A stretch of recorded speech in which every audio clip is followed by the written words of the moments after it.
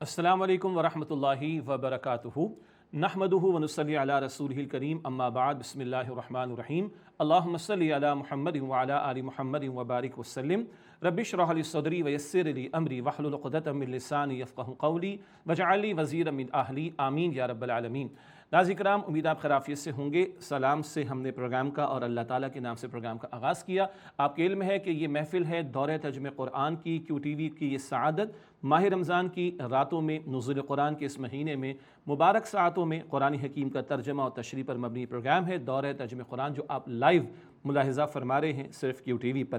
سورۃ البقرہ کا مطالعہ جاری ہے۔ نبی اکرم صلی اللہ علیہ وسلم کی امت سے مخاطبت ہو رہی ہے، عبادات کا تذکرہ، معاملات کے حوالے سے رہنمائی، قتال کا تذکرہ، انفاق کا بیان، یہ موضوعات ہمارے سامنے آ رہے ہیں اور چند اہم طویل آیتیں بھی ہمارے سامنے آ رہی ہیں۔ سورۃ البقرہ کی آیت نمبر 213 تک ہم نے مطالعہ مکمل کیا ہے اس سے قبل، اور آیت نمبر 213 کو عنوان دیا گیا آیت الاختلاف، لوگوں میں اختلاف پیدا ہوا تو اللہ تعالیٰ نے انبیاء اور رسول علیہم السلام کے ذریعے رہنمائی کا سامان فرمایا، اور جو چاہے ہدایت پانا چاہے اللہ تعالیٰ اس طلب رکھنے والے کو ہدایت عطا کرتا ہے۔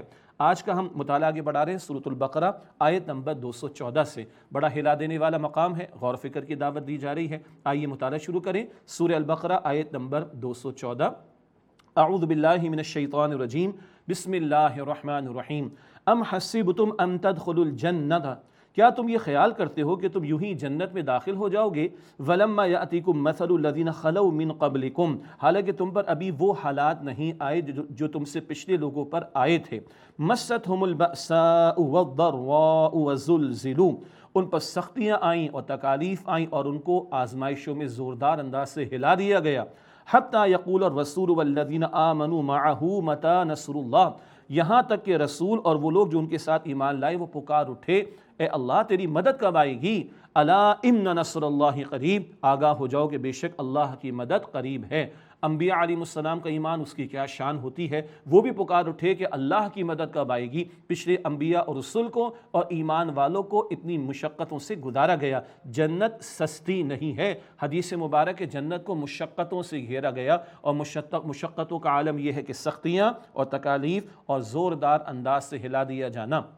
ہم مسلمانوں کو بھی سمجھایا جا رہا ہے، شہادت علی الناس کی ذمہ داری تم نے دینی ہے۔ ختم نبوت کے بعد تم کھڑے کیے گئے ہو انسانیت کی امامت کے لیے، اللہ کے دین پر عمل، اللہ کے دین کی دعوت، اللہ کے نظام کے قیام کی جد و جہد کے لیے جان و مال تک کے نذرانے پیش کرنے ہوں گے، آزمائشیں آئیں گی، اس کے لیے تیار رہو۔ جنت سستی نہیں ہے۔ ان مشقتوں سے گزارے جانے کے بعد کہا جا رہا ہے الا ان نصر اللہ قریب، آگاہ ہو جاؤ کہ بے شک اللہ کی مدد قریب ہے۔ اب انفاق کا بیان آ رہا ہے۔ یسألونک ماذا ینفقون، اے نبی صلی اللہ علیہ وسلم آپ سے پوچھتے ہیں کیا کچھ خرچ کریں۔ ایک مراد کن کن لوگوں پر خرچ کیا جائے، ایک لسٹ عطا ہو رہی ہے۔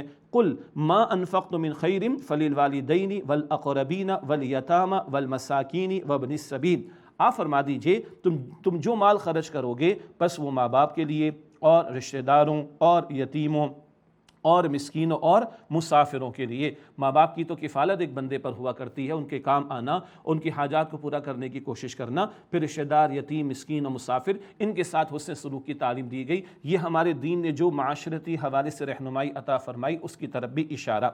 وما تفعلوا من خیر فإن اللہ بہ علیم، اور تم جو خیر کا عمل کرو گے تو بے شک اللہ تعالیٰ اسے خوب جاننے والا ہے۔ نیت میں اخلاص ہونا چاہیے، لوگوں کو دکھانے کے لیے عمل نہیں، اللہ سب کچھ جانتا ہے۔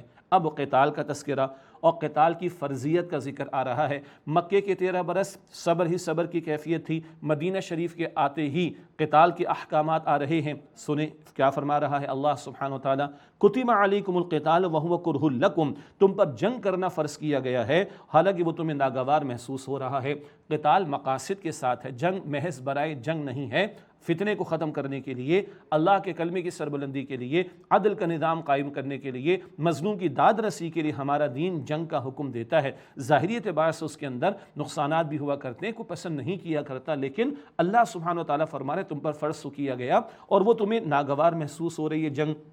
وَعَسَىٰ أَن تَكْرَهُوا شَيْئًا وَهُوَ خَيْرٌ لَكُمْ، اور ممکن ہے کہ ایک شے تمہیں ناپسندیدہ لگے اور وہی تمہارے لیے بہتر ہو۔ وَعَسَىٰ أَن تُحِبُّوا شَيْئًا وَهُوَ شَرٌّ لَكُمْ، اور ممکن ہے کہ ایک شے کو تم پسند کرو اور وہی تمہارے لیے شر ہو، تم ظاہر کو دیکھتے ہو، اللہ حقیقتوں سے واقف ہے۔ آگے فرمایا کہ وَاللَّهُ يَعْلَمُ وَأَنْتُمْ لَا تَعْلَمُونَ، اور اللہ تعالیٰ جانتا ہے تم نہیں جانتے، حکمتیں وہ جانتا ہے۔ تم ایک چمکتی شے کو بہت اچھا سمجھتے ہو حالانکہ اسی میں شر ہوا کرتا ہے، تم ایک شے کو بہت اپنے لیے ناپسندیدہ سمجھتے ہو اسی میں خیر ہو سکتا ہے۔ یہ کون جانتا ہے؟ اللہ، جو کہ خالق ہے اور وہ حاکم ہے، جو چاہے وہ حکم دے۔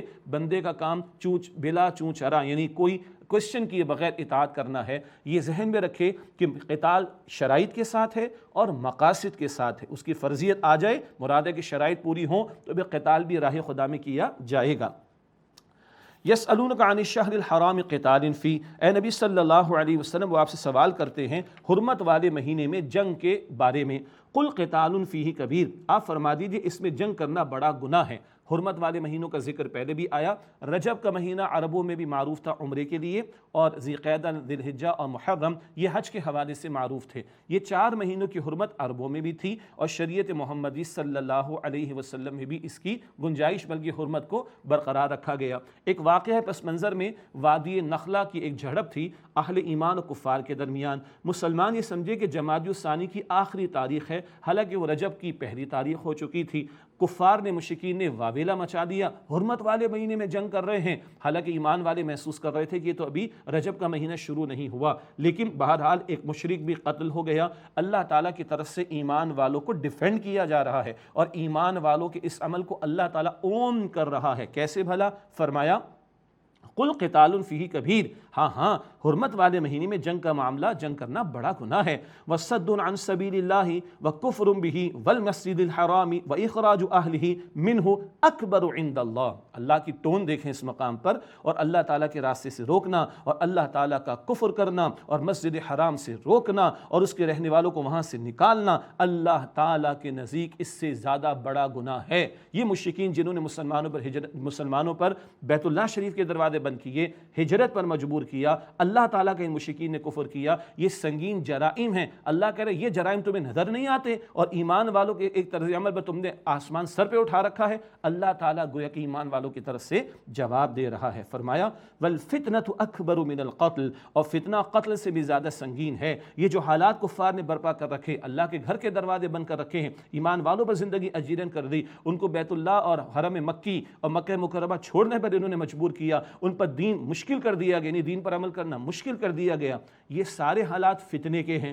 یہ فتنے کی کیفیت قتل سے زیادہ نہیں، جنگ سے زیادہ بڑی بات ہے۔ اللہ تعالیٰ کہہ رہے اس فتنے کے خاتمے کے لیے اگر جنگ بھی کرنا پڑے تو کی جائے گی۔ یہی بات اسی البقرہ میں آیت 193 میں ہم پڑھ چکے ہیں۔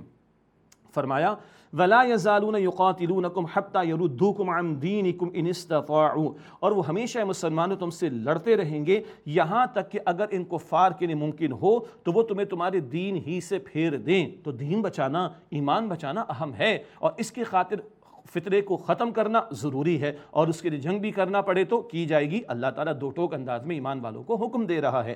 وَمَن يَرْتَدِدْ مِنْكُمْ عَنْ دِينِهِ فَيَمُتْ وَهُوَ كَافِرٌ فَأُولَٰئِكَ حَبِطَتْ أَعْمَالُهُمْ فِي الدُّنْيَا وَالْآخِرَةِ، اور تم میں سے جو پھر جائے اپنے دین سے اور وہ مر جائے اس حال میں کہ وہ کافر ہی ہو، تو یہی وہ لوگ ہیں جن کے اعمال ضائع ہو گئے دنیا اور آخرت میں۔ مرتد کہتے ہیں دین سے پھر جانے والے کو، اگر ایسا ہو جائے تو ساری نیکیاں اگر تھیں وہ برباد ہو جائیں گی۔ وَأُولَٰئِكَ أَصْحَابُ النَّارِ هُمْ فِيهَا خَالِدُونَ، اور یہی لوگ آگ والے ہیں اور وہ ہمیشہ اس میں رہیں گے۔ اللہم اجرنا من النار، اے اللہ ہم سب کو آگ کے عذاب سے محفوظ فرما۔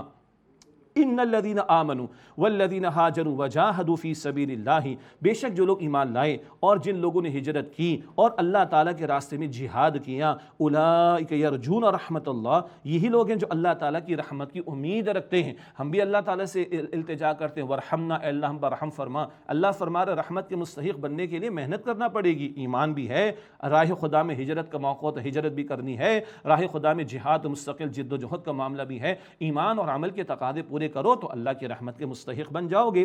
واللہ غفور رحیم، اور اللہ بہت بخشنے والا، رحم فرمانے والا ہے۔ اگلی آیت کریمہ میں شراب اور جوئے کی حرمت کے حوالے سے اول ایک حکم آ رہا ہے، تدریجاً شریعت کے احکامات آئے۔ شراب اور جوئے کی حرمت کا آخری حکم ہم پڑھیں گے انشاءاللہ سورۃ المائدہ آیت نمبر 90 اور 91 میں بعد میں انشاءاللہ۔ البتہ گریجولی جو احکامات ہیں ان میں یہ پہلا حکم اس معنی میں آ رہا ہے۔ سوال اٹھا یسألونک عن الخمر والمیسر، اے نبی صلی اللہ علیہ وسلم آپ سے پوچھتے ہیں شراب اور جوئے کے بارے میں۔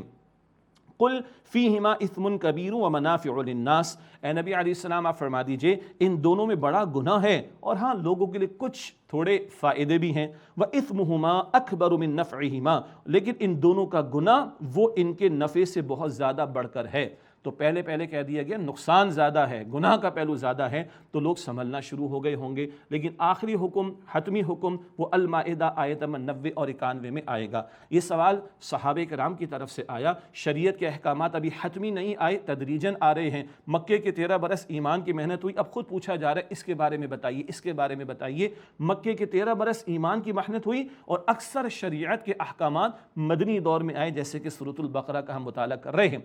رہا شراب و جوئے کا معاملہ، تھوڑا بہت فائدہ وقتی طور پر جوئے سے کسی کو مال مل جاتا ہے، شراب پی کر کوئی سمجھتا ہے بے وقوف ہے کہ غم غلط ہو جائے گا، لیکن دونوں صورتوں میں کیا ہے اپنا ہی نقصان ہے۔ شراب پی کر عقل معوف ہوتی ہے، بیماری آتی ہے، بربادی آتی ہے۔ جوئے میں ہارنے والا آپے سے باہر ہوتا ہے اور پھر وہ لڑائی جھگڑے کرتا ہے، لوٹ مار کرتا ہے اور قتل و غارت گری تک معاملہ جاتا ہے، اور دونوں صورتوں میں کیا ہے محنت سے جی چھڑانے کی بات ہے۔ انسان زندگی کی منجھار میں رہ کر زندگی گزارنے کی کوشش نہیں کرتا اور حوصلہ نہیں پاتا تو یہ رائے فرار اختیار کرتا ہے، کبھی جوئے میں کہ چلو چانس ملا تو جیت لیں گے، کبھی شراب میں تو تھوڑا سا غم غلط ہو جائے گا، یہ تو محنت سے جی چرانے والی بات ہے۔ لیکن قرآن پاک کہہ رہا ہے کہ گناہ کا پہلو بڑا ہے نفع کے مقابلے میں۔ وَيَسْأَلُونَكَ مَاذَا يُنْفِقُونَ، اور آپ سے پوچھتے ہیں کہ کیا خرچ کریں اور کتنا خرچ کریں۔ قُلِ الْعَفْوَ، آپ فرما دیجئے جو زیادہ بچ جائے ضرورت سے وہ خرچ کر دو۔ اللہ اکبر۔ عفو کیا ہے؟ جو رہ جائے، ضرورت پوری ہو جائے سارا دے دو۔ یہ اخلاقی تعلیم ہے۔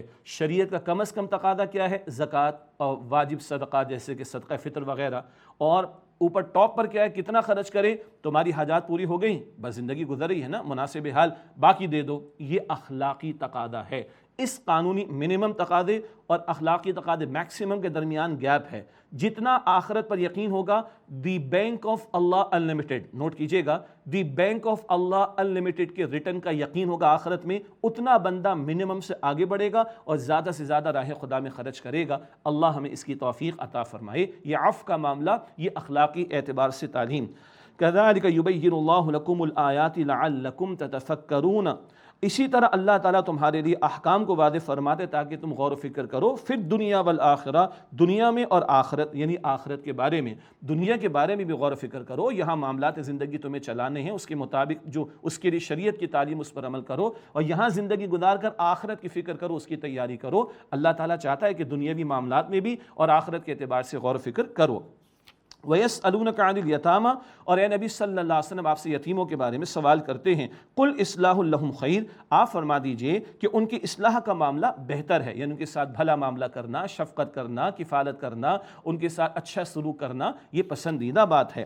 وَإِن تُخَالِطُوهُمْ فَإِخْوَانُكُمْ، اور اگر تم ان کو اپنے ساتھ ملا لو تو وہ تمہارے بھائی ہیں۔ مراد ہے کہ کسی شخص کی کفالت میں کوئی یتیم بچہ یا بچی آ گئے، اب وہ ان کے لیے ان کے بچے یا بچی کے باپ نے کچھ چھوڑا ہو تو وہ ذمہ دار بھی ہے کہ کفالت بھی کرے اور مال کو حفاظت بھی کرے۔ اب اس کے لیے ہنڈی الگ بنائے، اپنی الگ بنائے، بڑا مشکل کا معاملہ ہو جائے گا۔ صحابہ کرام نے سوال کیوں کیا؟ اس سے قبل سورہ بنی اسرائیل آیت نمبر 34 میں، سورہ بنی اسرائیل مکی سورت آیت نمبر 34 میں یہ ذکر آیا تھا کہ یتیم کے مال کے قریب بھی نہ جاؤ مگر عمدہ انداز سے۔ تو صحابہ کرام بہت زیادہ احتیاط کرتے۔ اللہ فرما رہے کہ نہیں، وہ تمہارے بھائی ہیں، اپنے ساتھ ان کو ملا لو تو کوئی حرج کی بات نہیں ہے، گنجائش دی، آسانی اللہ تعالیٰ نے یتیموں کے بارے میں عطا فرمائی۔ واللہ یعلم المفسد من المصلح، اور اللہ تعالیٰ خرابی کرنے والے اور اصلاح کرنے والے کو خوب جانتا ہے۔ کس کی نیت میں فطور ہے اور مال ہڑپ کرنا چاہتا ہے یتیم کا، اللہ جانتا ہے۔ کون اصلاح کرنا چاہتا ہے یتیم کے ساتھ بھلا سلوک کرنا چاہتا ہے، اللہ کے علم میں ہے۔ وَلَوْ شَاءَ اللَّهُ لَأَعْنَتَكُمْ، اور اگر اللہ تعالیٰ چاہتا تو ضرور تم کو مشقت میں ڈال دیتا کہ نہیں تمہارا معاملہ الگ، یتیم بچے کا معاملہ الگ، اس کا حساب کتاب الگ، تمہارا حساب کتاب الگ، اللہ چاہتا، لیکن نہیں، اللہ نے آسانی فرمائی۔ ان اللہ عزیز حکیم، بے شک اللہ غالب کل اختیار رکھنے والا، حکیم ہے، کمال حکمت کے ساتھ اپنے فیصلے عطا فرماتا ہے۔ ولا تنکحوا المشرکات حتی یؤمن، اور مشرک عورتوں سے نکاح نہ کرو یہاں تک کہ وہ ایمان لے آئیں۔ مشرکہ خاتون سے ایک مسلمان مرد کا نکاح جائز نہیں۔ اہل کتاب کی عورتوں سے گنجائش ہے، وہ بات سورۃ النساء میں 5ویں پارے میں آ جائے گی، لیکن ایک مسلمان مرد مشرکہ عورت اس سے نکاح نہیں کر سکتا۔ وَلَأَمَةٌ مُؤْمِنَةٌ خَيْرٌ مِّن مُشْرِكَةٍ وَلَوْ أَعْجَبَتْكُمْ، اور یقیناً ایک مسلمان کنیز ایک مشرک عورت سے بہتر ہے، چاہے وہ مشرک عورت تمہیں کتنی ہی بھلی لگے، وہ دنیا کی بڑی اداکارہ ہی کیوں نہ ہو، ہے مشرکہ، اس کا حسن تمہیں جو ہے وہ لبھاتا ہے، اٹریکٹ کرتا ہے، نہیں، اگر وہ شرک پر ہے تو اس مشرکہ کے مقابلے میں ایک مسلمان کنیز، غریب ہو، مناسب صورت والی ہو، ایک مسلمان کنیز تمہارے لیے بہتر ہے ایک مشرک عورت کے مقابلے میں، چاہے وہ مشرک عورت تمہیں کتنی متاثر کرے۔ اللہ اکبر۔ وَلَا تُنْكِحُوا الْمُشْرِكِينَ حَتَّى يُؤْمِنُوا، اور مسلمان عورتوں کا نکاح مشرک مردوں سے نہ کرو یہاں تک کہ وہ مشرک مرد ایمان لے آئے، وہ دنیا کا بڑے سے بڑا ایکٹر ہو، بڑے سے بڑا بزنس مین ہو، بڑے سے بڑا کوالیفائڈ بندہ ہو، ہے مشرک تو مسلمان عورت کا نکاح نہیں ہوگا اس کے ساتھ۔ کلیئرٹی رہے اللہ کے کلام کے تعلق سے ہمیں۔ وَلَعَبْدٌ مُؤْمِنٌ خَيْرٌ مِّن مُشْرِكٍ وَلَوْ أَعْجَبَكُمْ، اور یقیناً مسلمان غلام بہتر ہے مشرک مرد کے مقابلے میں، چاہے وہ مشرک مرد تمہیں کتنا ہی متاثر کرے اور بھلا لگے، مسلمان غلام اچھا ہے مشرک مرد کے مقابلے میں، ایک مشرک شخص کے مقابلے میں، چاہے وہ کتنا تمہیں بھلا لگے۔ کیوں؟ اولئک یدعون الی النار، یہ تمہیں آگ کی طرف بلاتے ہیں۔ یہ گڑیا گڈے کا کھیل نہیں ہے نکاح کا معاملہ، اثرات ہوتے ہیں شوہر بیوی کے ایک دوسرے پر، تمدن کے اعتبار سے، عقیدے کے اعتبار سے، معاملات کے اعتبار سے، کردار کے اعتبار سے۔ یہ مشرک تو جہنم کی طرف جانے والے تمہیں جہنم کی طرف لے جائیں گے۔ اولئک یدعون الی النار، یہ وہ لوگ ہیں جو آگ کی طرف بلاتے ہیں۔ واللہ یدعو الی الجنۃ والمغفرۃ باذنہ، اور اللہ بلاتا ہے اپنے حکم سے جنت اور بخشش کی طرف۔ اب تمہیں جہنم چاہیے یا جنت چاہیے؟ اللہ اکبر۔ مشرک کو جہنم کی طرف لے جانے والے تو مشرکوں سے نکاح کا معاملہ نہ کرو، اللہ کا حکم مانو۔ مسلمان مرد کے لیے ایک عام مسلمان عورت ہی پسندیدہ، لیکن کسی مشرک عورت سے نکاح نہیں کرنا مسلمان مرد کا۔ اسی طرح مسلمان عورت ہے، اس کا نکاح کسی مشرک مرد سے نہیں ہوگا، ایک عام مسلمان صحیح ایمان والا ہو اسی کی طرف توجہ کا معاملہ رہے۔ یہ ہے عقائد پر معاملات جو اثر انداز ہوتے ہیں نکاح کے، اور آخرت کے اعتبار سے بھی توجہ دلا دی گئی۔ فرمایا واللہ یدعو الی الجنۃ والمغفرۃ باذنہ، اور اللہ بلاتے اپنے حکم سے جنت اور بخشش کی طرف۔ ویبین آیاتہ للناس لعلہم یتذکرون، اور اللہ لوگوں کے لیے اپنے احکام کو واضح کرتا ہے تاکہ وہ نصیحت حاصل کرے۔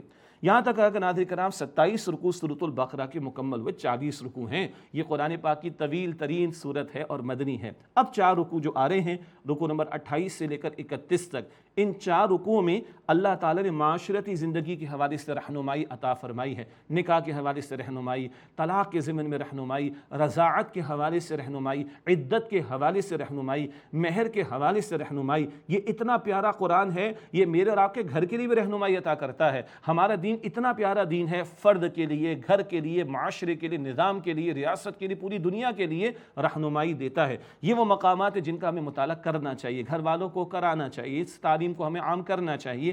آئیے سورۃ البقرہ کی اگلی آیت کا مطالعہ شروع کریں۔ خواتین کے تعلق سے حیض کے بارے میں جو مخصوص ایام کا معاملہ ہوتا ہے تذکرہ آ رہا ہے۔ فرمایا وَيَسْأَلُونَكَ عَنِ الْمَحِيضِ، اور اے نبی صلی اللہ علیہ وسلم آپ سے حالت حیض کے بارے میں سوال کرتے ہیں۔ قُلْ هُوَ أَذًى، آپ فرما دیجئے وہ ایک گندگی کا معاملہ ہے، ایک ناپاکی کا معاملہ بھی ہے، فطری طور پر ایک کمزوری کا معاملہ بھی خاتون پر آ جایا کرتا ہے۔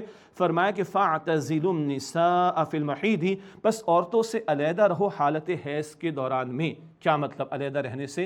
ایک اچھوت پن کا معاملہ تھا بعض مذاہب کے اندر کہ بالکل جنگل بیابان میں چھوڑ دو اور علیحدہ ہو جاؤ، یہ ایک انتہا ہے، اور دوسرا ہے کہ ان ایام میں بھی تعلق قائم کرتے، یہ دوسری انتہا کا معاملہ۔ نہیں، وہ جو زوجین کا بالآخر تعلق ہے وہ قائم کرنا منع، باقی ساتھ رہنا، کھانا پینا، سونا، دیگر معاملہ بالکل جائز ہیں۔ وہ حتمی تعلق زوجین کا اس کی نفی کی جاری ہے اور اس کی ممانعت ہے۔ فَاعْتَزِلُوا النِّسَاءَ فِي الْمَحِيضِ، بس تم عورتوں سے الگ رہو حالت حیض میں۔ یہ اسلام کی اعتدال والی تعلیم انتہا پسندانہ رویوں سے جو دیگر مذاہب کے لوگوں نے اختیار کر رکھے ہیں، عورت کو اچھوت بنا دینا، اس کو کھلواڑ و تماشا بنا دینا، ان انتہاؤں سے اسلام بچاتا ہے اور اعتدال کی تعلیم عطا کرتا ہے۔ وَلَا تَقْرَبُوهُنَّ حَتَّى يَطْهُرْنَ، اور ان کے قریب نہ جاؤ یہاں تک کہ وہ پاک ہو جائیں۔ قریب جانے سے مراد وہی حتمی تعلق زوجین کا وہ منع، باقی جیسے کہ میں نے عرض کیا کھانا پینا سونا وہ سب جائز اور حلال۔